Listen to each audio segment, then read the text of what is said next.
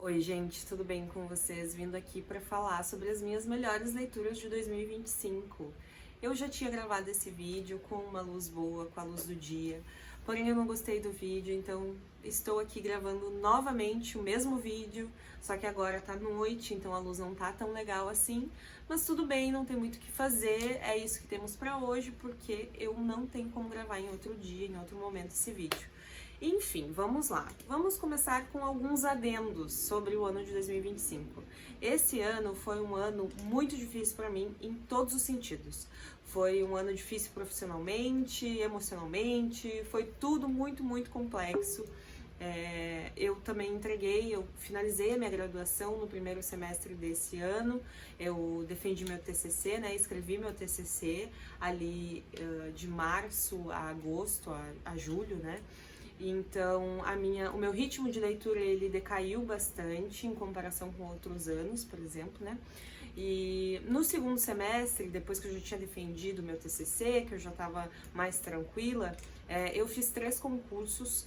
Então, eu já comentei com vocês que o meu trabalho ele me desgasta muito fisicamente, então eu fico bem cansada mesmo. E aí toda a energia que me sobrava, o pouco de energia que me restava, eu dediquei boa parte de outubro, setembro ali para estudar para esses concursos, porque né, a inscrição do concurso é bem cara, então a gente tem que estudar para não passar vergonha e não botar o dinheiro fora.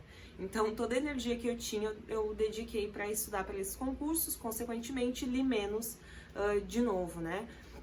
Então, no primeiro e no segundo semestre tiveram oscilações bem grandes. Eu tava com o meu Notion aqui, o meu computador aberto, e eu acho que eu li 36, finalizei, né? 36, 37 livros nesse ano.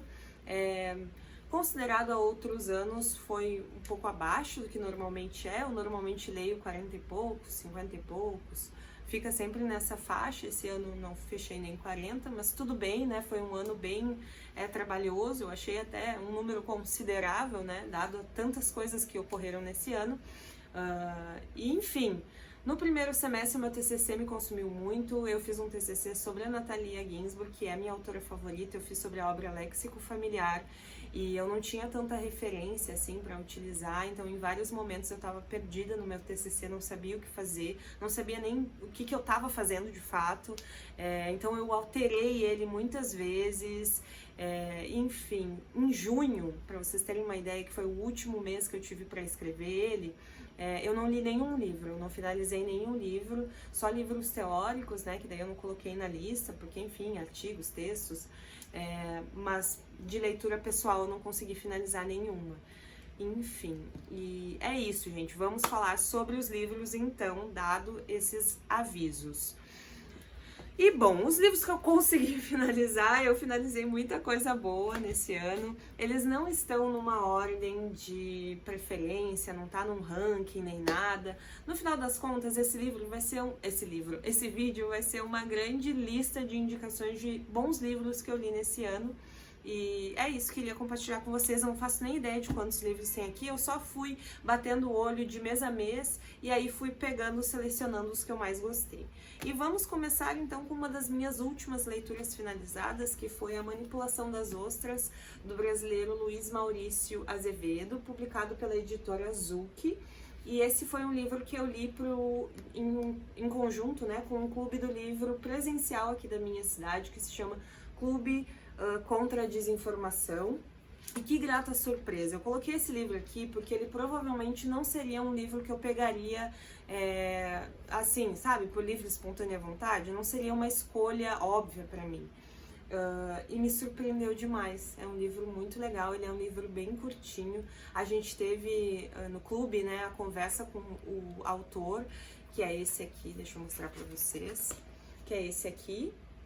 E foi muito legal, sério, participar de um clube do livro, no geral, é uma experiência bem legal. Então, a conversa com o autor também engrandeceu ainda mais essa obra. Ela vai contar sobre a trajetória de uma família que se muda ali para Rio Grande, aqui no sul, né?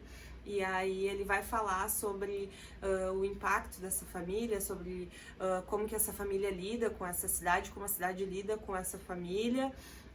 vai trazer bastante questões raciais, né? Mas principalmente também ele vai ir falando sobre a trajetória das mulheres dentro dessa família. Foi uma grande descoberta, um livro que eu li em um dia e eu gostei bastante da experiência, então acho que vale a pena a indicação aqui. Foi uma ótima leitura e acho que se tu tiver a oportunidade de ler, leia, que vai ser um livro legal. Depois vamos para Diante da Dor dos Outros, da Susan Sontag, publicado pela Companhia das Letras, com tradução do Rubens Figueiredo. E aqui a gente vai ter uma espécie de extensão do livro sobre fotografia.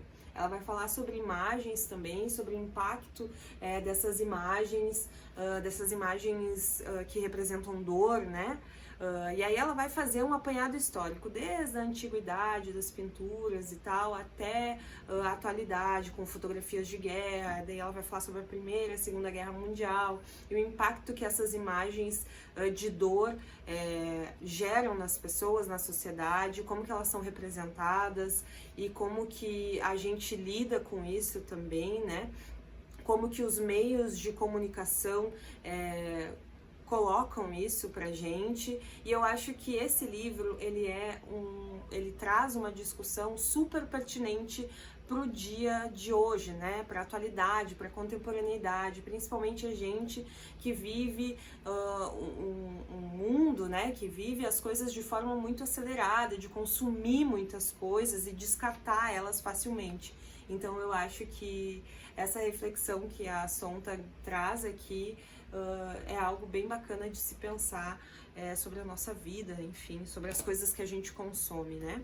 Depois vamos para um grande amor da minha vida, que é o Borges, com o livro de Areia, do Jorge Luiz Borges. Esse livro também saiu pela Companhia das Letras, e a gente tem uma tradução do Davi Arrigucci Jr., e enfim, ai gente, esse aqui, que livro bom! Sério, de verdade. É uma coletânea de contos de um Borges mais maduro. Se eu não me engano, esse foi o último livro publicado por ele, ou um dos últimos livros publicados por ele, então não tenho certeza, teria que confirmar, mas aqui a gente vai ter um Borges mais maduro, uma escrita mais madura dele, genial encontrar com ele, assim. A gente não vai ter uma leitura complexa como ficções, né, que é um labirinto dentro de um labirinto e coisas muito doidas e mundos paralelos. Não é tanto assim. Inclusive a gente tem vários contos que tem um tom bem autobiográfico, inclusive o que abre essa coletânea, que se chama O Outro, que é o Borges velho encontrando com ele mais jovem. E aí tem esse diálogo entre os dois. E é muito bonito esse conto, ele vale a pena ser lido. Se não quiser ler o livro todo, leia pelo menos esse, que é O Outro, o nome, que é muito legal, eu amei muito. Enfim, eu inclusive indico esse livro como até porta de entrada para a escrita do Borges. Eu não achei ele complexo, ele é bem fluido. Enfim, indico demais, sério. Que coisa maravilhosa. Depois a gente vai para Aos Prantos no Mercado, da Michelle Zauner, publicado pela Fósforo, com tradução da Ana Ban. E aqui a gente vai ter, eu até comentei lá no meu Instagram, que esse é um livro que vai te dar muita fome e muita vontade de chorar. E é exatamente essas sensações que ele traz. Ele vai falar que a gente vai ter uma personagem que vai contar sobre a história da mãe dela, e sobre também o adoecimento da mãe dela. Vai ser uma história sobre luto, sobre perda, sobre reconexão também, sobre identidade e tal. E, enfim, nossa, uma leitura muito boa de se fazer, uma leitura pesada também, mas um livro que vale super a pena. Mas é isso, né? Já vai pensando que provavelmente tu vai te emocionar e sentir muita fome. Depois vamos para Formas de Voltar para Casa, do Alejandro Zambra. Essa edição que eu tenho, ela é da Kozak, com tradução do José Geraldo Couto, mas essa edição, se eu não me engano, essa mesma edição, ela tá saindo pela Companhia das Letras. Só muda a capa, né? Mas enfim, o Zambra tem saído pela Companhia das Letras agora, e aí é fácil de encontrar também. E bom, o que a gente tem aqui? Antes de qualquer coisa, eu quis ler esse livro porque eu ouvi algumas pessoas, agora eu não lembro onde que eu vi exatamente, mas se eu não me engano foi numa palestra ou numa aula aberta da Yara Machado Pinheiro, que é uma super estudiosa da Ginsburg, com uma outra pessoa, que agora eu não recordo o nome dessa outra pessoa, em que elas comparam Formas de Voltar para Casa com o Léxico Familiar da Natalia Ginsburg. E aí eu fiquei com muita curiosidade de ler o Zambra, né, o Formas de Voltar para Casa, justamente por ter essa ponte, né, entre as narrativas, e aí eu busquei e comecei a ler. Gostei demais, a gente vai ter aqui uma espécie de autobiografia, algumas coisas com um tom biográfico, né, do próprio Zambra, e aí se passa na ditadura no Chile. Então a gente vai ter também uma narrativa que vai falar sobre um momento de repressão, né, bem forte, tal, de bastante violência, vai ter muitos silêncios ao longo da narrativa. Eu achei a escrita dele extremamente sensível, assim, bem mais do que a Ginsburg, porque eu acho a Ginsburg às vezes um pouco dura, um pouco não, totalmente dura, mas enfim, eu gostei muito da experiência de leitura. Eu já tinha lido do Zambra A Vida Privada das Árvores e eu tinha achado um livro ok, assim, legal, mas nada demais, sabe? E aí eu li o Formas de Voltar para Casa e eu achei muito, muito bom. Inclusive indico bastante esse livro, e ele tem sim uma ponte ali com o Léxico Familiar, também vai girar em torno de coisas familiares, né, de uma família. Como pano de fundo a gente vai ter uma situação bastante intensa, né, que é a ditadura, então tem aí as suas similaridades. Depois a gente vai para... Ai, meus cabelos estão voando, porque eu tô com um ventilador aqui, então toda hora eu fico ajeitando o cabelo porque ele tá voando. Mas enfim, depois a gente vai para Retorno a Reims, do Didier Ribon, que tem a tradução de Cecília Schubeck, enfim, essa daqui, e ele foi publicado pela editora Aine. Esse aqui foi uma indicação dupla. O Edouard Louis, o escritor francês, o Edouard Louis, enfim, acho que todo mundo conhece ele. Inclusive adoro ele, livros excelentes, quero ler mais coisas dele. Eu li 2 livros até agora e os 2 eu gostei. Mas o Edouard Louis fala bastante do Didier em todos os livros dele. Ele tá sempre citando o impacto do Didier na vida dele. E a Vitória, aqui em casa, ela leu esse livro e ela disse assim: tu precisa ler esse livro, porque esse livro é a tua cara, ele fala sobre educação, ele fala sobre memória, identidade, tu vai amar, é super as coisas que tu curte ler e tal. E aí eu resolvi pegar ele para ver o que eu achava, e que grata surpresa, que livro bom. O Didier, ele é professor de filosofia, se eu não me engano, ou sociologia, agora eu não tenho certeza. E aí ele fala bastante sobre gênero, sexualidade e tal. Ele dá aula numa universidade, acho que sim. Tenho quase certeza que sim. E aí ele retorna a Reims, que é essa cidade da qual ele veio, né? Porque o pai dele morreu, se eu não me engano. É esse o motivo que ele retorna, né? E, gente, esse livro eu li há bastante tempo. Inclusive eu escrevi uma resenha dele lá no meu Instagram, se vocês quiserem dar uma olhadinha.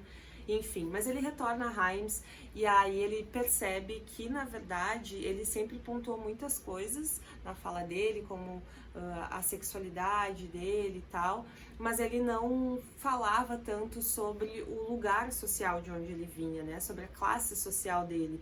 E isso tinha um impacto muito grande na vida dele. E aí ele vai contando que em vários momentos ele tentava esconder que ele era pobre e tal, para tentar parecer uma pessoa mais inteligente, no meio das pessoas de classe média alta. E aí ele vai fazendo, ele vai contando pra gente essa trajetória até ele ir para a universidade e ocupar esse lugar em que tem um status muito grande e que é super elitizado, né? E aí quando ele retorna para essa cidade, ele começa a enxergar coisas da vivência dele, coisas que fizeram parte da vida dele, que ele tentou ocultar para conseguir ascender, né? Para conseguir ir para esse lugar. Então é uma escrita assim muito legal. Ele traz reflexões extremamente pertinentes para a nossa sociedade contemporânea, para a nossa vida. pra gente pensar até sobre como que a gente lida, né, com as coisas, como que a gente lida em determinados espaços e tal, coisas que a gente esconde, coisas que a gente tem vergonha e por quê, né? Enfim, um livro bom demais, vale muito a pena ler. Então fica aqui a minha indicação, espero que leiam todos que eu estou indicando. Enfim, se gostarem, né, obviamente, se tiverem interesse. Depois vamos para isso aqui, que se eu tivesse que ranquear aqui, ó, os 2 melhores livros que eu li neste ano, com certeza seria essa dupla aqui. Mas bom, vamos falar então da melhor época da nossa vida, do Antônio Scurati, com tradução do Federico Carotti. Esse livro ele foi publicado pelo selo Manjuba, que é um selo da editora Mundarel, que é assim uma editora que eu tô sempre comentando aqui com vocês. Aqui não, né? Mas lá no meu Instagram eu comento bastante. Eu admiro demais o trabalho deles. Eles têm trazido obras muito legais aqui para o Brasil. Então já fica a minha indicação. Todo o catálogo deles vale a pena. E esse ano a gente é parceiro. E consegui parceria com eles. Então tô muito feliz porque eu amo o catálogo deles. Mas enfim, voltando para a melhor época de nossa vida, a gente vai ter aqui uma biografia do Leone Ginsburg, que foi marido da Natalia Ginsburg. Esse foi um livro que me acompanhou aí o primeiro semestre inteiro. Porque eu lia, eu anotava, eu pesquisava, e aí era também um livro de descanso do meu TCC, das minhas leituras teóricas, porque eu fiz, né, o TCC sobre léxico familiar. Então esse livro ele também contribuiu para eu conhecer um pouco mais sobre a família, né? Porque a gente vai ter uma biografia do Leone Ginsburg, mas obviamente que vai passar em outras famílias, na família da Natália também, né? Porque, enfim, tava todo mundo ali meio que junto. Então é um livro bem detalhado, super informativo, que fala sobre essa figura incrível que foi o Leone Ginsburg. Ele teve um impacto gigantesco na resistência antifascista na Itália, na Segunda Guerra Mundial. E, nossa, livraço, livro muito bom de se ler, assim, é um livro bom de ir aos pouquinhos também, pra gente ir conseguindo coletar todas as informações que o Scurati nos dá. Eu curti muito, sério, vou levar esse livro, assim, pra todos os anos, assim. E aí depois a gente vem aqui para a rainha, para a minha diva, que tem todo o meu coração, que é Natalia Ginsburg, com a sua A Cidade e a Casa, com tradução da Yara Machado Pinheiro, tradução e pós-fácil da Yara. A Yara é a mesma que eu comentei com vocês, que eu assistia a uma aula dela, ou palestra, que ela comparava formas de voltar para casa com um léxico familiar. Se eu não me engano era a Yara, tá? Eu acho que era. Enfim, e aí aqui, esse foi o meu presente de formatura para mim mesma, porque eu já tinha esse livro desde o finalzinho do ano passado, eu acho. Eu comprei logo que lançaram. E aí eu falei, tá, eu não, porque eu já li todos os livros da Natalia, com exceção da Família Manzoni, que é um romance histórico. Esse eu ainda não li, mas de resto todos eu já li, né? E aí eu pensei, não, eu tenho A Cidade e a Casa e eu vou guardar ele para quando eu defender meu TCC, quando eu finalizar tudo, e aí eu vou, enfim, me deliciar com uma obra que eu ainda não li da Natalia. E foi exatamente isso que eu fiz, assim que eu colei grau, eu já fui pegar A Cidade e a Casa, e que maravilhosa, né, que ela é, porque assim, a escrita da Natalia é uma coisa única. Nas primeiras 2 frases a gente já consegue identificar que é ela que tá escrevendo, porque ela tem um jeito muito característico de escrever. E, enfim, aqui a gente vai ter um romance epistolar com uma vibe similar a Caro Michele, para quem já leu Caro Michele, e vai girar em torno de uma família, de um grupo de pessoas que se comunicam via carta. Vai ser ali numa Itália anos 70, anos 80, então um pós-guerra ali, que vai acabar respingando aqui nessa narrativa. E é isso, várias coisas vão acontecendo, coisas muito engraçadas. Sério, o humor da Natalia é muito bom. Ela coloca umas tiradas, assim, ela tem uma construção de personagem muito boa. Então a gente acaba se apegando a alguns, e obviamente que acaba de maneira trágica, mas é isso, né? Ela nunca erra, a diva é perfeita, eu amo demais e indico muito, que livro bom, amei. Ah, e aqui nessa edição, além do pós-fácil da Yara, só falando um pouquinho, a Yara Pinheiro Machado, que foi quem traduziu e fez o pós-fácil dessa edição, ela foi orientanda, ou é orientanda, do Maurício Santana Dias. O Maurício Santana Dias é um super tradutor do italiano para o português, professor, que traduziu Ítalo Calvino, Pirandello, quem mais? Natalia Ginzburg, Cesare Pavese, enfim, traduz aí muito, é um cara que tem um trabalho muito magnífico, assim, eu admiro demais ele. Eu fiz um curso com ele em 2021, 2022, 2023, não tenho certeza, mas eu fiz um curso com ele sobre a Natalia e ele tem um conhecimento gigantesco, assim.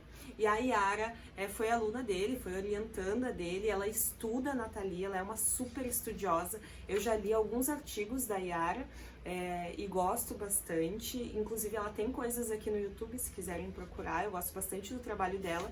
E aí ela escreveu um pós-fácil, um texto muito bom, e a gente tem também aqui uma entrevista bem curtinha, mas uma entrevista que não tinha sido publicada ainda, da Natalia. Então é uma edição, além de ser um livro muito bom, é uma edição excelente que a gente tem aqui. Bom, agora estamos chegando ao fim, para John, da Joan Didion. Esse foi um livro que eu também li num clube do livro. Gente, que legal que é participar de clubes do livro, né? Esse foi um livro que eu li no clube do livro da Sara, do Literalmente Sara. E aí, eu demorei, assim, a entender se eu tinha gostado ou se eu tinha desgostado desse livro. Mas depois da nossa discussão no clube, foi muito legal, assim, então foi um livro que cresceu depois da discussão também. E depois de um tempo, assim, depois de um mês que eu tinha lido, que foi agora, a gente leu em novembro, né, a gente discutiu sobre ele em novembro, e aí no início de dezembro agora eu pensei, nossa, esse livro é muito bom. Porque me peguei pensando nele tantas vezes que eu pensei, tá, não foi um livro que eu não gostei, né? Foi um livro que eu gostei muito, que me deixou muito pensativa. A gente vai ter aqui, então, anotações da Joan Didion, com anotações sobre as sessões que ela tem com o psiquiatra dela. Todos são endereçados para John, que é o marido dela, e aí a gente tem acesso, né, essas anotações bem pessoais. Inclusive no clube a gente tinha dito, será que ela ia gostar que a gente estivesse lendo essas coisas tão pessoais, tão particulares dela? Enfim, mas é isso. Aí a gente tem essas anotações, esses diálogos dela com o psicanalista, com o psiquiatra dela. Não sei direito se é psicanalista, psiquiatra, analista, não sei. Eu acho que é psiquiatra. E aí ela fala bastante sobre a relação dela com a filha dela. Basicamente, 95% das sessões ela fala da relação dela com a filha dela e da filha dela com o mundo e da doença, porque a filha dela era alcoólatra e a filha dela também era adotada, então ela vai falando sempre e se repetindo em relação a isso. E eu confesso que no início isso começou a me incomodar. Eu fiquei, nossa, mas ela fala sempre das mesmas coisas, sempre pontuando as mesmas coisas, a filha, porque a filha, vamos para outro assunto, né? E aí eu comecei a pensar em mim, eu na minha terapia. E eu pensei que eu também me repito, eu tô sempre me repetindo. E aí eu levei isso pra minha terapeuta, eu falei pra ela sobre o livro, falei sobre as repetições e achava que eu também me repetia muito. E aí ela disse assim, a gente tende a se repetir, é claro que a gente vai repetir várias vezes as mesmas coisas, né? Mas a gente nunca vai falar da mesma forma, porque a maneira como a gente entende as coisas, elas vão se modificando. Então a gente pode até falar sempre sobre uma mesma coisa, mas a gente vai falar sempre sobre perspectivas diferentes, de formas diferentes. A gente nunca vai repetir exatamente como a gente falou na sessão anterior, por exemplo. E aí isso começou a fazer sentido, assim, claro, porque a gente fica trabalhando com as coisas e tal, enfim. E aí o livro explodiu a minha cabeça, então indico bastante, acho que é bem possível que mais pessoas gostem dele, né? Eu acho que foi um livro que foi lançado nesse ano, então ele foi bem falado, e aí deixo aí mais uma indicação dele. E já estamos no fim. E bom, agora a gente vai para o último livro que eu finalizei, eu acho, que foi o Guerra em Surdina, do Boris Schneiderman, que foi uma grata surpresa nesse ano também. O Boris, ele foi enviado pela FEB, que é Força Expedicionária Brasileira, durante a Segunda Guerra Mundial. Ele foi enviado, ele e mais 20 mil soldados, lá para a Itália para lutar na Segunda Guerra Mundial, no final ali, mais ou menos. Acho que foi em que ano? Enfim, 44, no final. Então, ele escreveu muito sobre essa experiência que ele teve, e aí aqui nesse livro a gente vai ter uma espécie de relato dele e também um texto meio ficcional, sabe? Ele vai fazendo a partir da experiência que ele teve e a experiência que ele via os colegas dele tendo também, né? Porque ele vivenciou aquilo. Ele vai construindo uma narrativa com muitas vozes. Então a gente vai ter tanto relatos pessoais dele, quanto um tom mais ficcional, um tom que vai tentar, então, meio que representar essas outras pessoas, sabe? Um livro muito bom. Bom demais. Eu queria muito conhecer, saber, né, sobre o Brasil, a participação do Brasil na Segunda Guerra Mundial, que eu nunca tinha lido nada, então esse livro foi um prato cheio, foi muito bacana, eu curti muito a experiência. Ele é um livro pesado, que vai narrar sobre coisas muito pesadas, afinal de contas estamos na Segunda Guerra Mundial aqui, mas vale muito a pena. Se eu admirava o Boris como tradutor, pesquisador do russo para o português, né, depois de ler esse livro, nossa, ele, como escritor, é excelente também. E por fim, mas não menos importante, definitivamente, temos aqui Folhas de Oliveira, do Mahmoud Darwish. E, gente, eu fiquei muito surpresa que nessa lista tem um livro de poesia. Na minha adolescência, ali, quando eu tinha 20 e poucos anos, eu lia muita poesia. Amava poesia, consumia poesia de uma forma até maior do que eu consumia livros em prosa, assim. Eu gostava muito mais de ler poesia. E aí eu fui cada vez mais me afastando dessa leitura. Hoje em dia eu tenho um pouquinho de dificuldade em me conectar com livros de poesia, mas esse aqui foi os dois, né? Mas esse aqui foi o que eu mais gostei, que é o Folhas da Oliveira. Deixa eu inclusive falar o nome do tradutor. É o Alexandre Charette e foi publicado pela editora Tabla. Enfim, esse livro eu me conectei demais. Ele vai falar sobre o Mahmoud, ele é palestino, né? Então ele vai trazer essas memórias e vai falar sobre o sofrimento das pessoas, vai falar sobre ter que se esconder, vai falar sobre dor, vai falar sobre luto, perda de pessoas que têm que estar sempre saindo, né, que não podem ficar nas suas casas, enfim, é bem pesado em muitos momentos, mas ele tem uma escrita, e eu deixo também esse mérito pro tradutor, porque ele conseguiu traduzir de uma forma que me pegou, sabe, me tocou muito grande, assim, e eu imagino a dificuldade de traduzir. Poesia já é difícil de traduzir, agora tu imagina poesia com todo esse tom, com toda essa carga, né, que o Darwish passa aqui, né, enfim, livro bom demais, que vai falar sobre memória, né, eu já comentei aqui, e só que de uma forma muito poética, sabe, com uma linguagem bem poética, com uma linguagem bem sensível, e enfim, curti demais. E é isso, gente, essas foram as minhas indicações não, né? Essas foram as minhas melhores leituras neste ano de 2025. Espero que vocês tenham gostado desse vídeo. Me digam se já leram algum desses livros. Quero saber a opinião de vocês, se não, se tem curiosidade em algum desses que eu citei aqui. Foi um ano muito difícil pra mim, então assim, eu não li todos os livros que eu gostaria de ter lido, inclusive vários eu deixei pra trás, mas é isso, tá tudo certo, tá tudo bem, a gente vai lidando. Pelo menos eu li muita coisa boa nesse ano, fiquei muito feliz, muito satisfeita. E, enfim, me digam aqui quais foram as melhores leituras que vocês tiveram nesse ano de 2025. E como eu disse no início, não sei se eu disse, inclusive, o ano só acaba quando termina, né? E eu ainda tenho 10 dias, porque hoje é dia 20. Então, talvez eu finalize algum livro aí, talvez tenha alguma outra melhor leitura, não sei. Mas se tiver, daí eu aviso no próximo vídeo. E, claro, eu não coloquei leituras em andamento, como o Lendo Lolita em Teherã, que eu tenho certeza, ele já é um favorito, e eu nem terminei, eu não coloquei, porque eu não finalizei, né? Então, provavelmente eu vou conseguir finalizar no ano que vem. Eu não vou conseguir finalizar esse ano ainda, tenho plena noção disso. E é isso, só coloquei livros realmente finalizados nesse ano. Enfim, espero que tenham gostado. Se curtiram, não esqueçam de se inscrever no canal, de comentar, de compartilhar. e de curtir o vídeo, que é muito importante aqui.